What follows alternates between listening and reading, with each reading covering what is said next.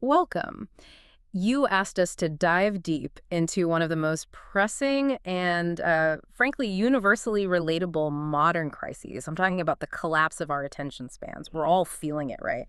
That inability to just sit still, to finish a long article, or even just focus on a single conversation without your mind, Yeah, drifting. it's a huge issue. And the scale of it is, well, it's genuinely shocking when you look at the numbers. Our source material for this, Johann Hari's Stolen Focus, it really sets the stage with a hard figure. American teenagers can reportedly focus on a single task for, what is it, a mere 65 seconds. 65 seconds, wow. Yeah, and that figure alone it immediately challenges that common belief that this is all a personal failure, a matter of bad willpower. Exactly. And that's really Hari's central thesis, isn't it? And the mission of this deep dive. We're here to synthesize the 12 systemic causes he identified. We're not looking inward at our personal failings. We're looking outward. We are. We're looking at the forces, particularly corporate interests and just flawed systemic design, that are actively fracturing our attention. Today, we're going to explore the first half dozen of these causes, starting with the immediate digital environment.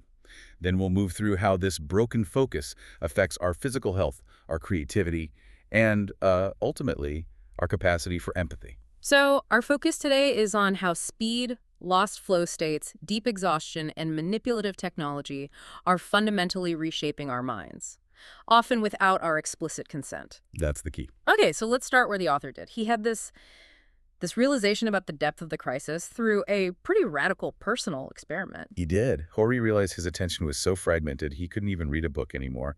So he embarked on a 3-month digital detox in Provincetown. And this wasn't just, turning off notifications. He literally had to search for a place and a phone that couldn't access the internet at all. Right.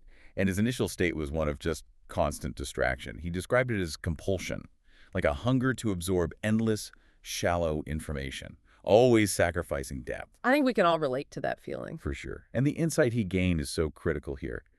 The compulsion to check, to switch tasks. It isn't just a quirky habit.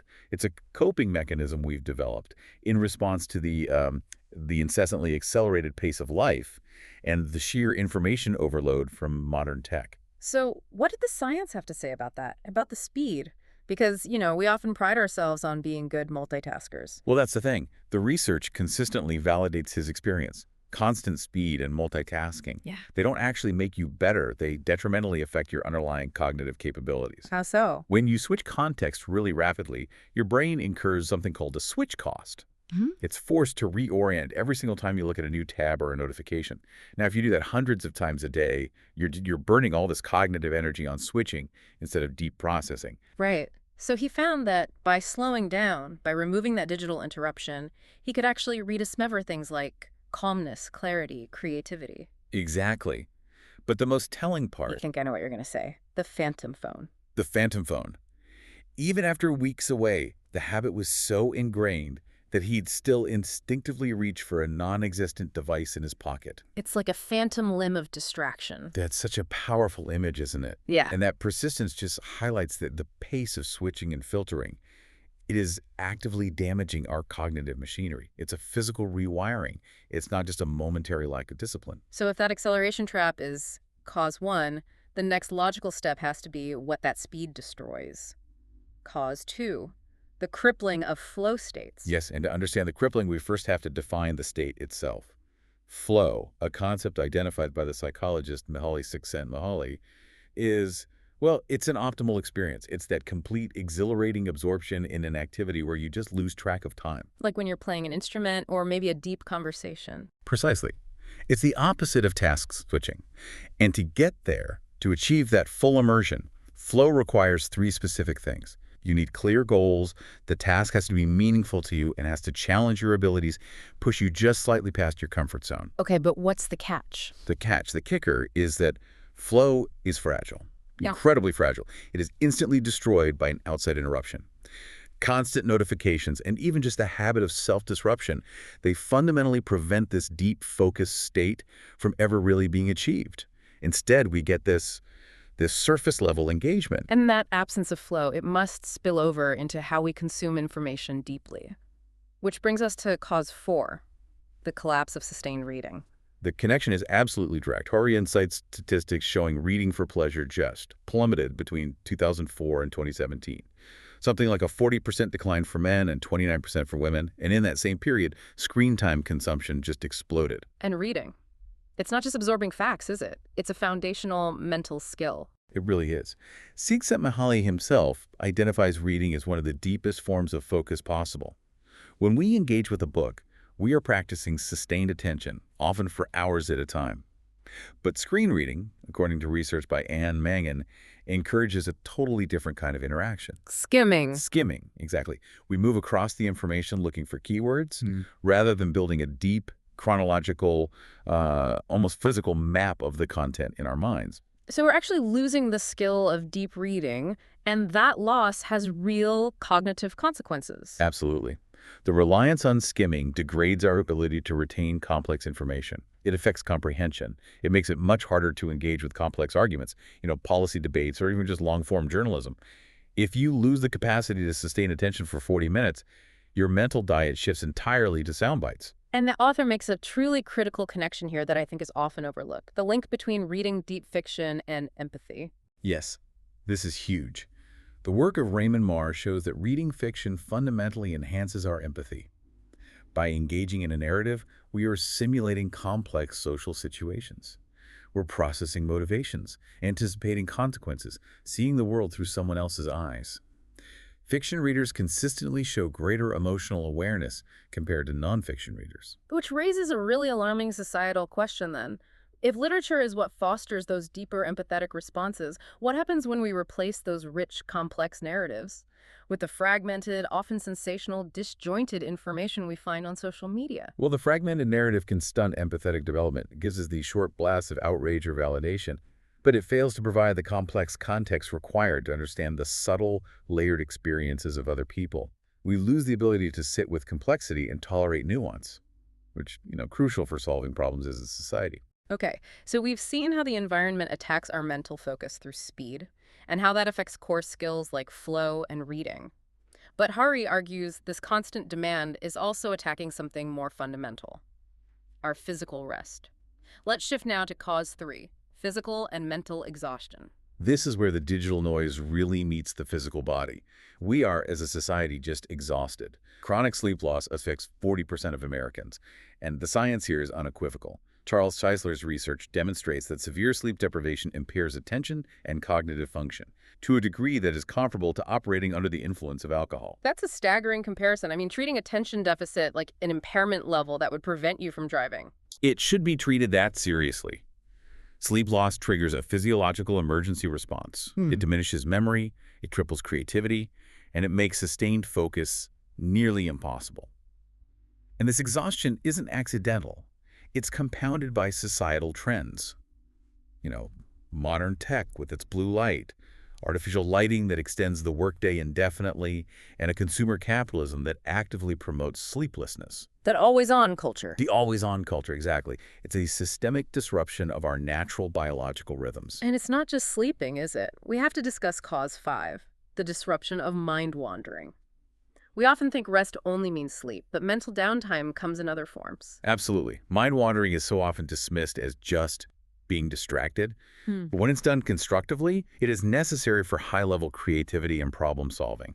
Hari describes it as essential for mental time travel, that moment when you're not focused on an immediate task, but you're reflecting on the past and anticipating the future. That's where the new connections are made. That's it. It's where your brain makes new associations and integrates disparate experiences. It's a required form of productive downtime. This seems vital, but if it's so productive, there's that famous paradox, right? The Harvard study that found people often feel less happy during mind wandering. Why is that? That raises a crucial distinction. Mind wandering, if it's constructive, is restful and generative, but it can also descend into negative rumination. Anxiety-driven loops, dwelling on mistakes, social comparisons. And when our world is constantly filled with external stimulation notifications, videos, headlines, we never get the quiet necessary for the constructive type of mind wandering to kick in. We're constantly preventing ourselves from being bored. Exactly. We jump from task to task, never truly resting, and that leaves us vulnerable to those negative loops instead of creative insights. We're left with this low-grade, stress-inducing mental noise. Okay, so we've established our attention is being eroded by speed, lack of flow, and just sheer physical exhaustion. But now let's get to the most unsettling part of Harry's argument. Cause 6. The systemic invasion, the very design of the technology itself. This really is the crux of the whole thing. James Williams, who's a former Google strategist, he talks about how individual digital detoxes are fundamentally insufficient. You can try to regulate your own usage, but he argues we are facing huge invasive forces that are systematically altering our focus. It makes it an uphill battle we can't win alone. He makes it sound like we're in a fight. We are. Yeah. Consider Tristan Harris, another former Google engineer who founded the Center for Humane Technology. His background is fascinating. He used to be a magician. So he understood that successful magic is all about manipulating human attention, diverting focus. And he realized that the psychological techniques he was using on stage were being weaponized by tech companies. Can you explain the intentionality of that? It's not just that they built a distracting product by accident, they optimized it for distraction. That's absolutely right. Harris learned these persuasive psychological techniques under Professor B.J. Fogg at Stanford. He observed, while working on products like Gmail, that design choices were explicitly aimed at maximizing engagement over maximizing user focus or well-being. What kind of choices? Things like variable rewards, the infinite scroll, the unpredictable nature of likes and comments. The slot machine effect? The slot machine effect, yes. It creates an addictive pull. They leverage the universal human fear of missing out, FOMO. So the anxiety we feel when we're separated from our phones, it isn't an accident. It's a design feature intended to keep us in the system. It is. The core design flaw is the business model of attention itself. Social media platforms fundamentally prioritize designs that maximize screen time because screen time is what generates advertising revenue. Facilitating meaningful, focused, real-life connection is secondary. Sometimes it's totally irrelevant to the bottom line. And those revenue streams are pretty clear. Advertisement views and creating these highly detailed user profiles through data collection, what we now call surveillance capitalism. That term is so vital. Surveillance capitalism means that the product isn't the social network itself. You are the product. Your focus is the resource that's being extracted. And to make sure that extraction is efficient, the algorithms are explicitly designed to increase engagement, even if that engagement is negative. But isn't that a bit of an oversimplification? I mean, don't users choose to engage with conflict and outrage? Is it really 100% the algorithm's fault? Well, Hari's point is that the system rewards the behavior that maximizes screen time. If controversial content, polarization, and conflict keep users interacting for longer, the algorithms will boost that content regardless of its truthfulness or its psychological cost to the user. And this creates a feedback loop where negativity and distraction just flourish, which systematically distracts us from effective collective action or even just sustained, complex contemplation of global issues. Okay, so we've covered 6 major factors that Hari identifies. The acceleration trap, lost flow, deep exhaustion, the stifling of mind wandering, and technology that is explicitly designed to exploit us.